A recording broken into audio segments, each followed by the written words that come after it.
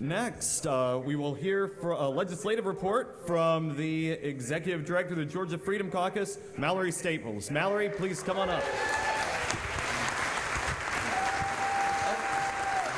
This isn't Mallory, but also awesome.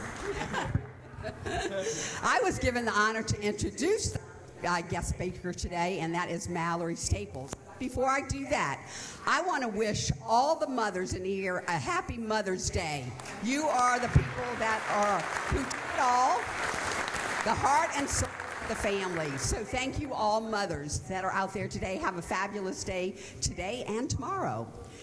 Mallory is a committed Christian. She's a principled conservative, and her greatest strength is that she is an outsider.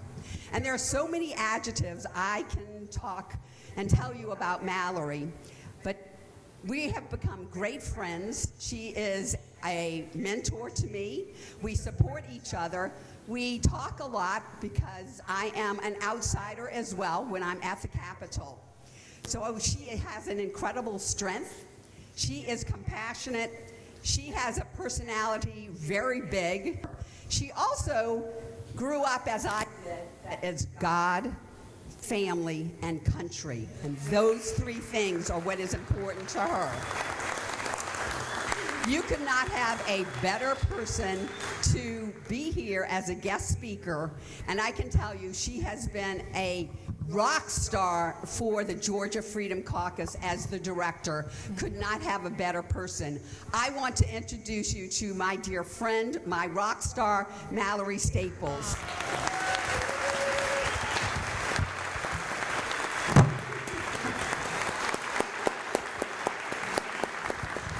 Well, I'm going to try and live up to all that at some point. Thank you for mentioning the moms. That's what I wanted to do when I was thinking yesterday about coming in today and talking to y'all, is I wanted to wish everybody a happy Mother's Day. And reflecting on that, I think moms are the reason there's so many people in this room today. I think moms are the reason we have seen the MAHA movement, why the MAGA movement was infused with so much energy, is because, it's certainly my story. You know, when I ran for Congress, I always said I ran because I'm a mom. I felt like I was looking around and seeing the country that my kids were going to inherit burn to the ground, be fundamentally transformed, as dear Barack Obama said, in that entire constituency. And it was the mamas that said, hold up.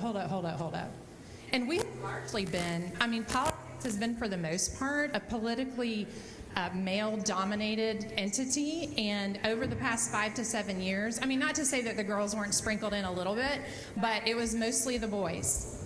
And the mamas, they got our attention when they came after our children, when they came after our freedoms, when we realized this next generation was going to be enslaved. And that is the fact. And so the mamas, Lioness Arising is one of my favorite books by Lisa Bevere. I actually had the privilege of meeting her the other day, and she is everything you would think from reading her book if you've read it. She's a Christian speaker, phenomenal. But lionesses protect. They protect. They get it done. They defend their children to the death. And so for us mamas that are in the room, I feel like that's our identity. It's something primal. It's something so God-wired that once you tap into it, you better duck, run, or hide. And so to all the mamas in the room, happy Mother's Day. I feel you, I relate to you, and I'm so happy to fight with you.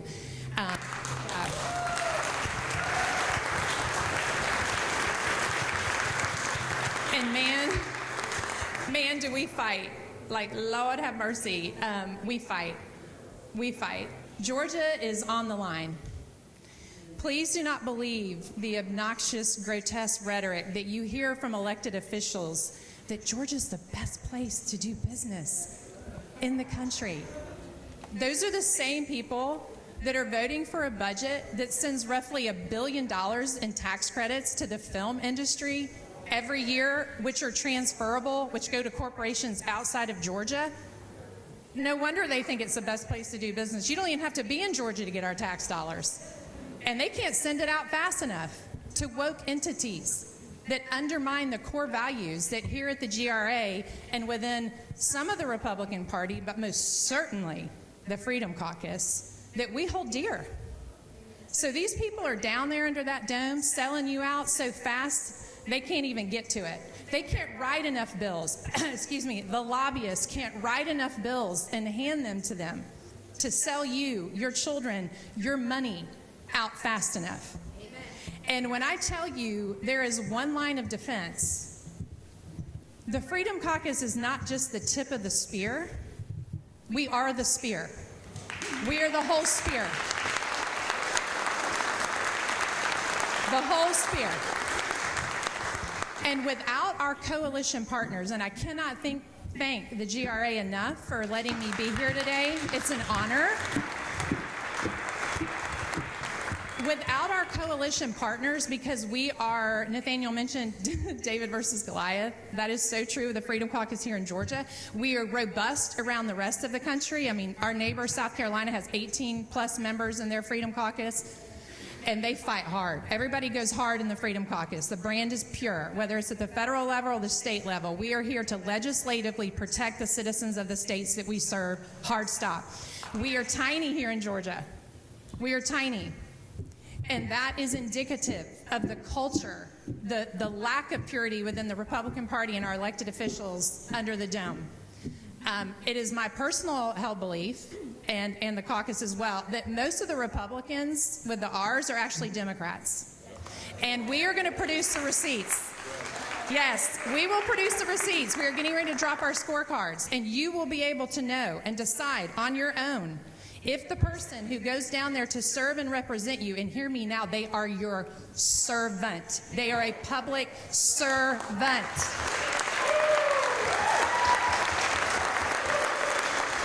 And you can decide if they're doing a good job or not. We are getting ready to drop our most comprehensive scorecard ever. We took 65 positions, 65 votes in both chambers for a total of 130. So this is not somebody had a bad day, a lobbyist got a hold of hooty hoo hoo and he caved and yet. This is like the pattern that they vote on, what they believe and who owns their allegiance. And when we drop that thing, you need to use it like a weapon. You need to hold it up against these people. Take them to task and demand they do better, or you need to get rid of them. That's how we serve you. I want to acknowledge Blake Bassham. He's our Blake, stand up. Our legislative director here. I humbly and at the same time proudly say he is the brains of the operation. This man, who's old enough to know who Doogie Howser is? Okay. He's our real-life Doogie Howser. And for all you youngins, I'll tell you later who that is. He's wicked smart. Okay, let me put it in your vernacular. He is so smart. I'm convinced he's the only person in the state of Georgia who actually reads every single bill and resolution and creates the positions. But he does the hard work. He creates the metric. And our metric this year for our scorecard was, if it is a bill so incredibly easy to vote as a Republican, that no Republican can say they're a Republican and not vote for it, we used it. So this is not these are not obscure positions. This is, you should be embarrassed to go into your district if you voted against what we recommend on this, what the platform. And for those of you that don't know the Freedom Caucus, hi, nice to meet you. And let's be friends, because here's our metric. If a bill grows the size of government, if it increases your taxes, if it increases regulation, which is strangling our small businesses, or it infringes on your personal liberties, we're a no. It's just that complicated. I remember I was speaking in DeKalb County one time, and Melvin Everson was there. He's a former House representative. And I was going through our metric, and he was like, oh my gosh, I could tell he was like agitated. And I had just met him, lovely person. And I was like, Melvin, what's going on, buddy? You're coming out of your seat. And he goes, when I served, that was what the Republicans all used. That was it. That's how we judged a bill. It was just that simple. That's how far we've gotten. That's how non-Republican your Republicans are. That's how necessary groups like this are to get behind the Freedom Caucus. And clearly we will take the hits. But when I'm telling you right now, Texas is up in arms because they just passed that nasty, vile AI bill in Texas that will throw you, and they will now throw you in jail and fine you in Texas.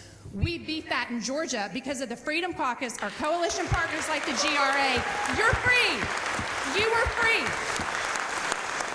You are still free because of the Freedom Caucus. No jail for the Georgians. Texans are going to have to fight their own battle. So because we have Blake, who also serves all the 13 states in the Freedom Caucus network legislatively, we know what's going on. We know what's going on. And we tell you, and you either run with it or you don't. And so people who amplify our voice, because we are David, we are tiny, we appreciate you from the bottom of our hearts. And without the grassroots, we couldn't do it. We would know the trash bills. We would know, but we wouldn't be able to do anything about it. So you guys are amazing.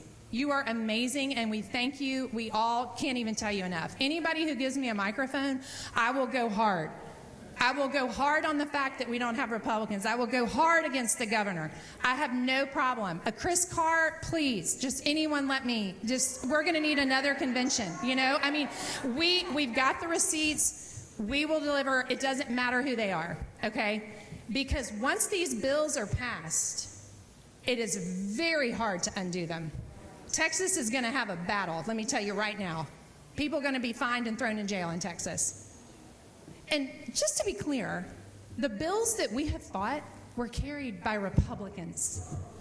The Freedom Caucus fights the Republicans. When we asked you to come alongside us, you're fighting Republicans. A Republican in the House and the Senate chamber carried that AI bill. When we're protecting your gun rights, for the love of Pete, when we are trying to offer another consideration other than the 0.01% decrease in the income tax in the state of Georgia, which, thank you, Governor Kemp, will take us 54 years to join our neighboring states and not have an income tax. We put 0.1%, just one, and we told everybody in both chambers, if you've got a better one, we're not proud. We're going to come behind you. We'll support your bill. Crickets. Not one Republican said, you know what, we're going to get rid of the income tax. But I'm hearing rumors that at these little GOP events and stuff, they're walking in saying, I'm going to decrease the income tax. Well, it's like, listen, buddy, you had the opportunity to do that the first half of the biennium, and you sat there silent and did nothing. So please sit down. Please sit down.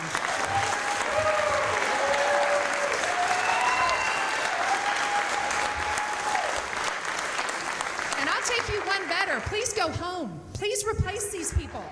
Replace these people. Somebody told me the other day, they were like, politics makes you mad. I was like, you bet it, son of a biscuit. It makes me furious. These are my children. My children are going to work till June or July to collectively pay all their taxes. I resent that. I think it's unconstitutional.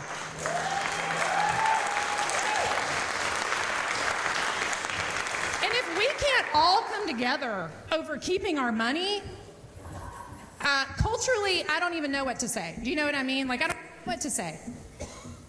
It's our money. These are our daughters trying to change clothes in locker rooms. These are that are being given puberty blockers, and we can't find Republicans to stand up and say, over my dead, cold, hard body.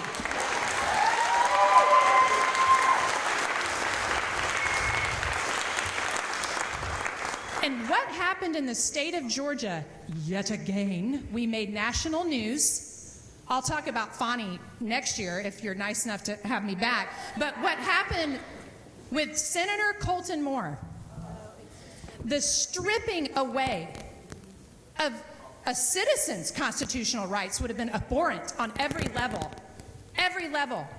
But the most conservative sitting state senator was denied, let's just start at the beginning, was denied the ability to step into a chamber led by a tiny little tyrant to do the job that the people of his district sent him there to do, per the Constitution.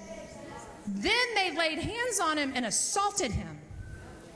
Then they took him to jail, Bonnie Willis's jail of all jails, and laid their hands on him some more. And then our judicial system in the wake, that is, I can't find the words, which is new for me. And then our judicial system came behind and was like, we're good, no. Nothing to see here, people, just move on.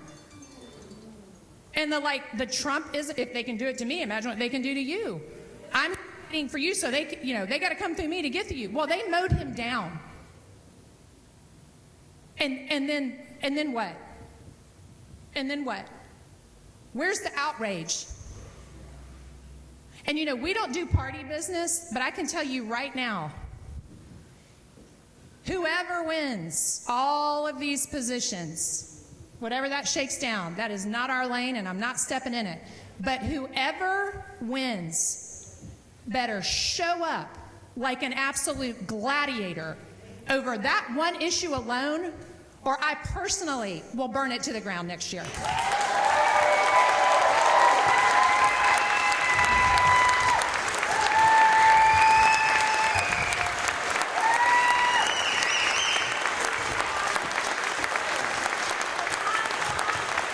All the way down. All the way down. It's going to go down. Mallory, Julie. they are poisoning our children. The Republican-sponsored SB 144, the glyphosate bill, giving a liability shield to Bayer Monsanto. We are Maha voters. Bobby took it on in Kennedy, and Georgia Republicans are failing us. The governor has until May 14th to veto that bill. Yeah, so here's your new job. Call Kempy. Call him. Coffee and jammies and Kemp. You call his office and say, no. And I'm telling you, tell everyone you know. We led the country, by the way, with that legislation. Do you know not one of the other 50 states, Michigan, New York, California, Illinois? No. That's what Georgia leads in. That type of legislative trash. Yes. That's right. So that lets you know the culture of the dome. People tell me all the time, I travel around the state with Blake in the off season, which is really no off season, but anyway, when session's not going on, and people say, oh my God, what happened? My legislator, they were so nice. We were in Sunday school together. I played golf with a guy, and he was such a good person. And then I look at his voting record, and I don't even know who he is. And I say one thing, lobbyists. And so that's who's running the government in the state of Georgia, are the lobbyists. And you can pull filing reports to be sure that I am not lying to you. And so, again, there has to be a cleansing. And listen, we don't do personal. They do it with us, but I don't do personal. I don't give a rat's about a person's personality or what's going on. All I care is about their vote. That's it. And we will give a high score to someone we can't stand personally, and you will never know. Or a low score to somebody that we honest to goodness adore. Because all that matters is the data. And if you don't have the receipts, you have no voice. So the Georgia Freedom Caucus is going to deliver the receipts to you guys, and then you need to be boots on the ground, army of truth with these people. And before I wrap up, because y'all got to get on to all your business. Thank you, Joanne. I'm rapping. And I'm going to read, we are getting ready to drop our newsletter, our scorecards. Oh, newsletter Under the Dome. If you don't get it, please do it on Substack. You'll get all this information in real time. I'm going to read to you a few little snippets of our cover letter that Blake and I are going to drop. And if it does not ignite a fire in your belly, I don't even know what to say. But this is who the Freedom Caucus is. We are here to serve you, and I hope you enjoy this. And then it'll come into your mailbox, and we'll have it all on social media here shortly. So give me just 1 second, and then we'll let y'all be. I love a good battle cry. You know what I mean? Love a good battle cry. This is the 2025 Georgia Legislative Card. It's not sugar-coated. It's not sanitized for the establishment's approval. It's raw. It's real. And it's exactly what freedom-loving Georgians need right now, because the truth is simple. If we don't demand accountability in this state, we're going to lose it to the same spineless, power-hungry machine that's choking out liberty in Washington, D.C. Georgia is a battleground, not just between Republicans and Democrats, but between the people and a ruling class that thinks it answers to no one. This scorecard is a wrecking ball aimed directly at the culture of complacency under the dome. We are not here to make friends in the legislature. We are here to expose the truth, name names, and remind elected officials who they really work for. Let's be clear. The biggest threat to liberty in Georgia isn't always coming from the left. Sometimes it's coming from the people who wear the same jersey as us, but vote like bureaucrats. The politicians who campaign on freedom, but govern like the swamp. The ones who talk about cutting spending and protecting your rights, but fold like lawn chairs when it's time to vote. And yes, some of them vote yes on everything, on bloated budgets, on woke nonsense buried in bills no one reads, except Blake, on sweetheart deals for lobbyists and new regulations that hurt small businesses. They press that green button like it's muscle memory, not because they believe in the bills, but because they're too scared to take heat for opposing them. That's not leadership, that's cowardice disguised as compromise. In this scorecard, more votes were evaluated than any other group would dare touch. That's because the mission isn't about protecting reputations, it's about exposing truth. If a legislator scored low here, it wasn't the result of one bad day or a single misstep. It reflected a consistent pattern, a pattern of betraying the very principles they were elected to uphold. If a legislator scored high, Charlice Byrd, they earned it. That means they took the arrows, Colton Moore. They stood their ground. They voted like the people who elected them actually mattered, and they deserve recognition for it. Georgia doesn't belong to the lobbyists. It doesn't belong to the bureaucrats. It doesn't belong to the cocktail class inside the Capitol. It belongs to we the people. We weren't made to cower. We weren't built to bend. We were raised on freedom, and that is the spirit of America.